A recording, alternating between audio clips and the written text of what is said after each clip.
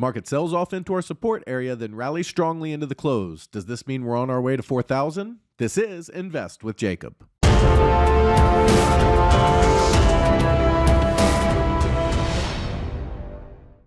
Okay, guys, so the market sold off in the overnights yesterday and continued selling at the open down toward our support area before finding support and rallying hard into the close, almost closing the day green. This gives the bulls a setup for a ride to 4,000. The question is, will they follow through? I'll get into that in just 1 second, but first, if you're new here, welcome to the show, guys. My name is Jacob Gabbard, and this is Invest with Jacob, where we use Elliott Wave Theory to break down the SP500 and the Nasdaq. I highly encourage you to hit that subscribe button down below so that you can get our daily S&P updates, our trade setups, and our buy alerts. Okay, before we jump into the chart, guys, something happened in the room today. So I happened to mention that I started this service because I saw the nasty market coming and I wanted to help people become better traders. I wanted them to be able to make money in a market that was crushing other people, and I wanted to do it, kind of at a reasonable price that wasn't crippling, because that's not really what I'm looking for. And I was overwhelmed by the feedback I got. Some of it was about statistics of our trading. Some of it was about the wins we had today. We absolutely crushed it again today. We had to swing short overnight, as I said. And it was really overwhelming, but this is what it's all about. This is the community that we've built, and I want you to be a part of that so that you can be a successful trader with us and we can all make money together. I'll get into that later in the video. Stay tuned for that. For now, let's jump into the charts and take a look. Okay, guys, so here we are on the 1 hour futures chart for the S&P 500, and as you can see, we got the big sell-off overnight here, almost down to our support at 37.12 to 37.15. We had talked about that area yesterday. They were just as short. They came up down to 37.24. We got a nice reversal candle here. Then the bulls ran it for the rest of the time up.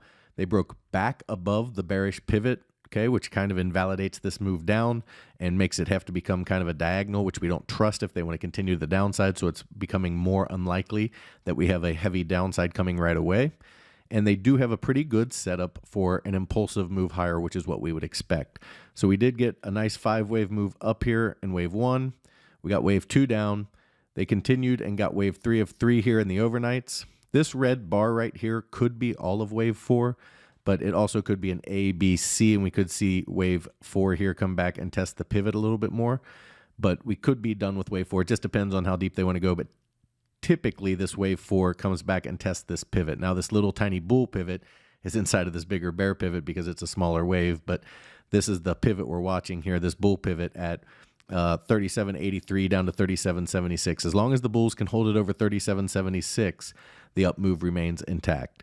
So as I said, they could sell it down here lower to the pivot. Typically, that's what you see in a wave 4, and then we would look for a wave 5 up towards 38.26 to complete wave 3, and then a bigger 4-5 up towards 38.45 to complete wave 1 of C. Then you would look for wave 2 of C down into the 37.80 region, okay, and then 3, 4, and 5 up towards 4,000 from there.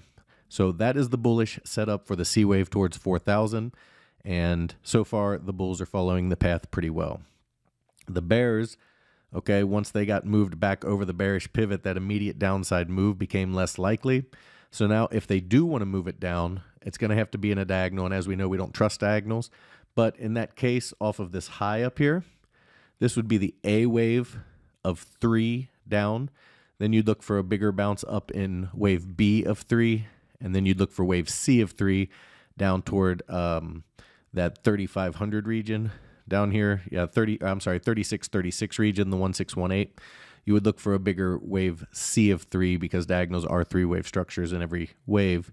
So that's what you would look for there. But again, that's very unlikely, but it is possible. So we do need to keep it in the back of our mind. And that is what's really important about Elliott Wave, guys, is understanding the probabilities, because first, the key levels are important to trade off of. You can trade at a key level and then understand that that's going to be your stop. But generally, when you see a strong reversal candle like you did down here at a key level and you see the start of a rally, you can have a pretty good idea of when to get in that trade and where your stop's going to be and have a pretty good successful track record trading using Elliott Wave Theory. All right, so those are the two patterns we're looking for. The bullish pattern up, again, to complete wave 1 would be up towards 38.45 with some zigzag in there to complete all the intermediate waves, and then a pullback into the 37.80 region before accelerating higher in wave 3 of C. All right, and then for the bears, this would be the A wave down. You'd look for a bigger B wave bounce, and then C down towards that 36.36 area.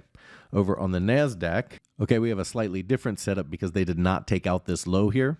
So the paths we're watching on the Nasdaq are first, the potential that the B wave bottom is still here, and you have wave 1 up, wave 2 down that did not take out the low, and you got wave 1 of 3 up here, and you're looking for a pullback in 2 of 3, and then you would start 3 of 3 up in the Nasdaq.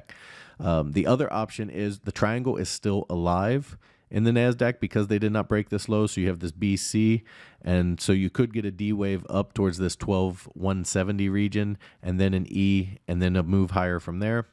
Or you could see the diagonal play out on the Nasdaq as well, where we break the low and extend that A wave down. So this would be A of 3 down, you get B of 3 up, and then C of 3 down towards 11,000, and then you would get the 4 and 5 move down towards that 10,600 area.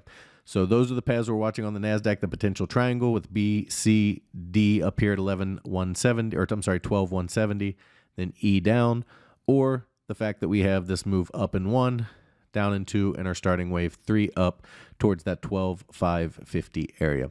Guys, if you like the information that I put out in these videos and you want real-time market updates from me, you need to check out investwithjacob.com. Okay, there's a link down in the description.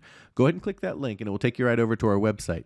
Once you're there, check out our membership plans area. We have 2 incredible plans and they both come with a 7-day free trial because I want to get you in there. I want you to be a part of our trading team.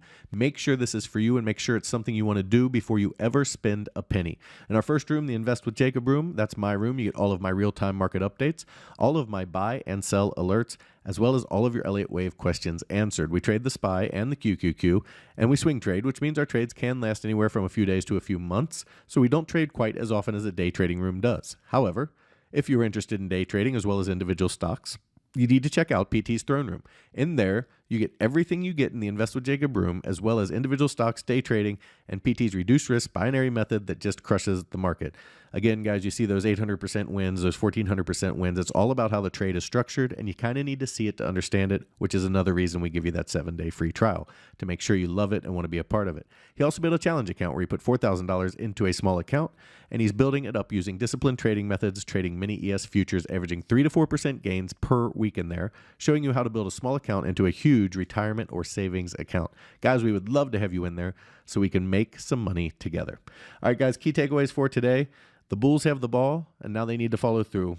We would look for them to possibly complete wave 4 of 3 down in this pivot, and then wave 5 of 3 up to complete wave 3 towards 3820. Then a move down in 4, up in 5 towards that 3845 area to complete wave 1 of C. So where this 5 is would be wave 1 of C. Then when you look for a pullback towards 3780 and then a push higher from there. For the bears, they're kind of stuck here. We're back above the bearish pivot, and now they would have to push down in a diagonal, and that is very unlikely, and they would need to push higher most likely anyway in a wave B before we saw wave C of 3 down from there. Over on the Nasdaq, a little bit different because the triangle is still in play on the Nasdaq. Okay, so we could have this A, B, C, D up towards 12,170, and then E down and then up from there. Or we have this bullish potential here with 1, 2, starting wave 3 up that would point us toward that 12,550 region. Or it is possible we could have a diagonal down on the Nasdaq as well, although that is less likely. Guys, it's the weekend. Have yourself a drink, enjoy your family, get out of the house, do something fun, and I will talk to you next week.